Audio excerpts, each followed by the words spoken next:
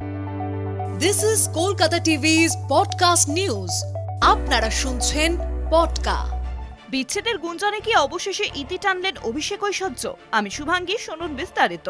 বিচ্ছেদের গুঞ্জনে কি অবশেষে ইতি টানলেন অভিষেক ঐশ্বর্য? বিচ্ছেদের সমস্ত জল্পনার অবসান ঘটিয়ে এবার একসঙ্গে ধরা দিলেন তারকা দম্পতি।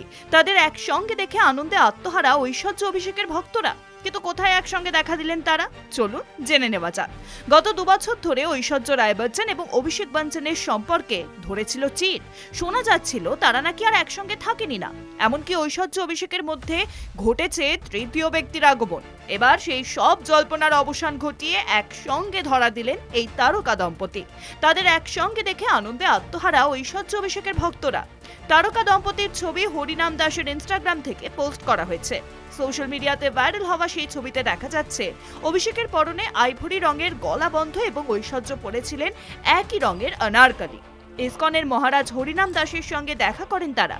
এর আগে গত বছরের শেষে মেয়ে আরাধ্যা বচ্চনের স্কুলের বার্ষিক অনুষ্ঠানে একসঙ্গে দেখা গিয়েছিল এই দম্পতিকে। তাদের একসঙ্গে ছবি দেখে অনেকেরই দাবি তাদের বিচ্ছেদের চর্চা শুধুমাত্রই রটনা। যদিও আদতে তাদের সম্পর্কের মোড় ঠিক কোন দিকে নেবে তা এখনই বলা কঠিন, কারণ তারা নিজেরা কোনো কথা এখনো প্রকাশ্যে আনেননি। শুনুন পডকা, রাত দিন 7 দিন।